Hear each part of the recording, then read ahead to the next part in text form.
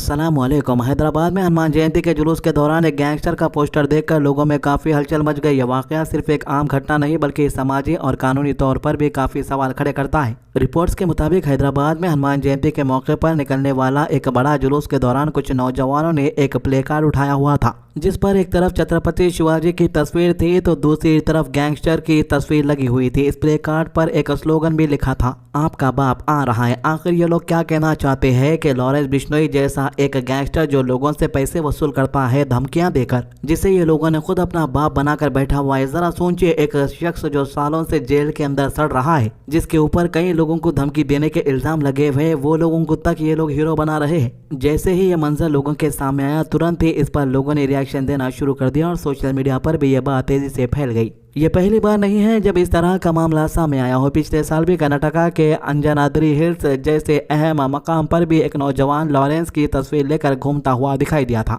जिसने उस वक्त भी काफी विवाद पैदा कर दिया था। ऐसे वाकयात से यह सवाल उठता है कि आखिर क्यों कुछ लोग ऐसे शख्सियत को प्रमोट करने की कोशिश कर रहे हैं जो संगीन जुर्मों के इल्जामात का सामना कर रहा। लॉरेंस फिलहाल जो जेल के अंदर बंद है, इस पर कई हाई प्रोफाइल क्रिमिनल केसेस के इल्जामात है। इसका नाम पंजाबी सिंगर सिद्धू मूसेवाला के कत्ल से जोड़ा गया। इसके अलावा बॉलीवुड एक्टर सलमान खान को धमकी देने और महाराष्ट्र के फॉर्मर मिनिस्टर बाबा सिद्दीकी के कत्ल में भी इसका नाम सामने आया है। ऐसे में किसी पब्लिक रिलीजियस इवेंट में इसकी तस्वीर का इस्तेमाल होना लोगों के लिए हैरानी और तशवीश का सबब बन गया है। अब बात करते हैं जुलूस की, तो हैदराबाद का यह हनुमान जयंती प्रोसेशन शहर का सबसे बड़े रिलीजियस इवेंट में से एक माना जाता है। इस जुलूस की लंबाई तकरीबन 13 किलोमीटर बताई जा रही है, जो राम मंदिर गौलीगुड़ा से शुरू हुआ। दोपहर के वक्त रंग बिरंगी सजावट, ढोल नगाड़े और भक्ति के जज्बे के साथ ये जुलूस रवाना हुआ, जिसमें हजारों की तादाद में लोग शामिल हुए। इस जुलूस की एक खास बात यह भी है कि कारवान घाट से निकलने वाला एक बड़ा जुलूस भी इस मेन प्रोसेशन में आंध्रा बैंक के पास आकर शामिल होता है। इसके अलावा रास्ते भर छोटे छोटे जुलूस भी इस मेन जुलूस का हिस्सा बनते हैं, जिससे इसका स्केल और भी ज्यादा बड़ा हो जाता है। शाम तक ये जुलूस सिकंदराबाद के टैंक बॉन्ड और उसके आसपास में एक पब्लिक मीटिंग के साथ खत्म हो जाता है। सिक्योरिटी के लिहाज से भी इस बार इंतजाम काफी सख्त किया गया था। लगभग 3000 पुलिस पर्सनल को बंदोबस्त के लिए तैनात किया गया था ताकि किसी भी तरह का नापसंदीदा वाकया न हो। पुलिस ने पूरे रूट पर नजर बनाए रखी और हर सेंसिटिव पॉइंट पर सिक्योरिटी टाइट रखी गई। लेकिन इन सबके बीच लॉरेंस का प्ले कार्ड सामने आना एक अलग ही नैरेटिव क्रिएट कर रहा है। ये सिर्फ एक तस्वीर नहीं बल्कि एक पैगाम भी समझा जा रहा है जो समाज के लिए ठीक नहीं माना जा रहा। बड़ी अजीब बात है कि हैदराबाद के अंदर ये सारी चीजें हो रही है। आज सुबह में हनुमान जयंती के मौके पर एक बाप बेटे को बुरी तरह पीटा गया जगतियाल के अंदर। राजा सिंह जैसे भड़काऊ बयान देने वालों को ये लोग हीरो बना दिए। इससे पहले जो है महबूब नगर के अंदर उसके खिलाफ एक जना स्टेटस लगाया था, जिसको बाद में घर में 100 लोग घुस के पकड़ के बाहर निकाले। वो बेचारे लड़के को बुरी तरीके से मारे और उसको मंदिर में ले जाके पूजा करने लगाए, उसको बट्टू लगाने की कोशिश करे। बाद में उसको एक दूध की पैकेट दिया और बोले कि राजा सिंह को वो दूध से नहलाओ। मतलब तेलंगाना जैसा स्टेट जहां पर कांग्रेस की हुकूमत है, वहां पर ऐसे वाकयात होना अफसोस की बात मानी जा रही है। लीडर को चाहिए कि इसके खिलाफ आवाज उठाए। और रामनवमी के मौके पर ऐसे भड़काऊ बयान दिए गए जिसे हम बता भी नहीं सकते। इन वाकयों ने अथॉरिटीज को भी अलर्ट पर कर दिया है। बस हम उम्मीद करते हैं कि इस पर जो है पुलिस वाले कोई एक्शन ले। फिलहाल हैदराबाद का यह हनुमान जयंती जुलूस अपनी रवानी के साथ मुकम्मल हो, क्योंकि हैदराबाद और सिकंदराबाद के कुछ जगहों पर अभी भी जुलूस की रैलियां निकल रही है। लेकिन ये इंसिडेंट लोगों के जहन में कई सवाल छोड़ गया है। क्या रिलीजियस इवेंट को इस तरह के एलिमेंट से दूर नहीं रहना चाहिए? और क्या ऐसे लोगों को ग्लोरीफाई करना समाज के लिए खतरा नहीं बन सकता? देखिए भाई, हम यही चाहते हैं कि जिस तरीके से तेलंगाना हैदराबाद के अंदर हिंदू मुसलमान कई वर्षों से भाईचारे के साथ रहते आए हैं, माहौल ऐसे ही कंटिन्यू रहे। लेकिन कुछ मुट्ठी भर लोग हैं जो माहौल खराब करने की कोशिश कर रहे हैं। पुलिस से रिक्वेस्ट है कि इन लोगों को काबू में रखे। ये एक ऐसा मुद्दा है जिसे नजरअंदाज नहीं किया जा सकता और आने वाले दिनों में इस पर और ज्यादा बहस देखने को मिल सकती है। लॉरेंस जैसे एक गैंगस्टर को हीरो बनाने लग गए हैं लोग, वो भी रिलीजियस इवेंट के अंदर।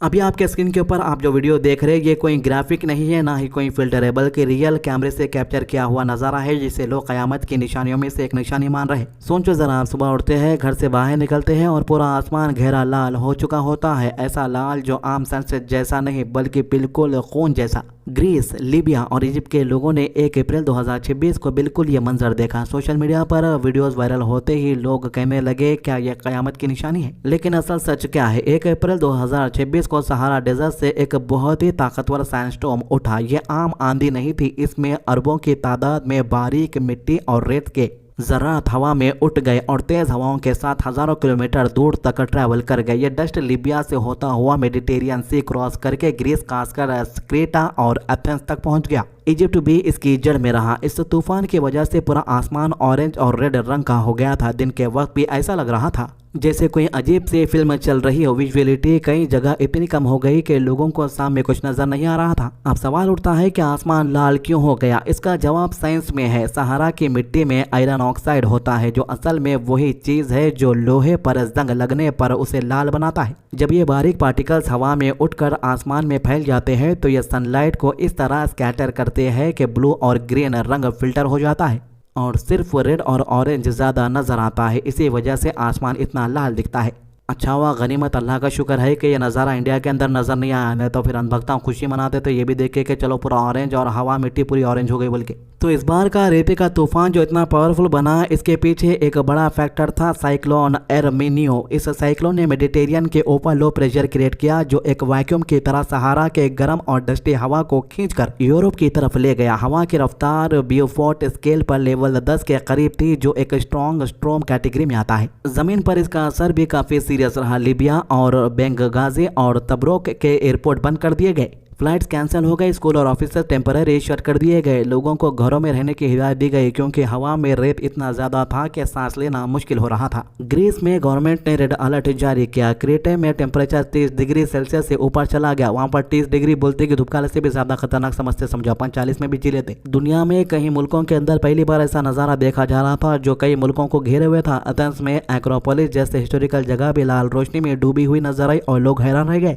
इसके साथ एक और अजीब फेनोमेनन देखा गया, मडी रेन। जब ये डस्ट बारिश के पानी के साथ मिक्स हुआ तो लाल मिट्टी वाली बारिश हुई जिसने गाड़ियां, बिल्डिंग और रोड को गंदे ब्राउन लेयर से कवर कर दिया। ऐसा दिख रहा था कि किसी कार्टून की दुनिया में लोग चले गए हो। गाड़ी लाल दिख रही, बिल्डिंग लाल दिख रही, यहाँ तक के सड़कें तक लाल दिख रही थी। हेल्थ एक्सपर्ट ने भी वार्निंग दी क्योंकि एयर क्वालिटी काफी खराब हो गई थी। अस्थमा और ब्रीथिंग इश्यूज वालों को खास तौर पर घर के अंदर रहने को कहा गया। अब बात करते हैं उस चीज की जो सबसे ज्यादा वायरल हुई, लोगों का रिएक्शन। सोशल मीडिया पर वीडियोस देखकर लोग सच में डर गए। कुछ लोगों ने इसे एंड ऑफ डेज कहा और कुछ ने बोला यह कयामत की निशानी है। हैशटैग ट्रेंड करने लगे और डिस्कशन शुरू हो गए। लेकिन साइंटिस्ट ने क्लियर कर दिया कि ये कोई कयामत की निशानी नहीं, एक नेचुरल वेदर इवेंट है जो हजारों सालों से होता आ रहा है। फर्क सिर्फ इतना है कि इस बार स्टॉर्म ज्यादा पावरफुल था और डस्ट ज्यादा दूर तक ट्रैवल कर गया।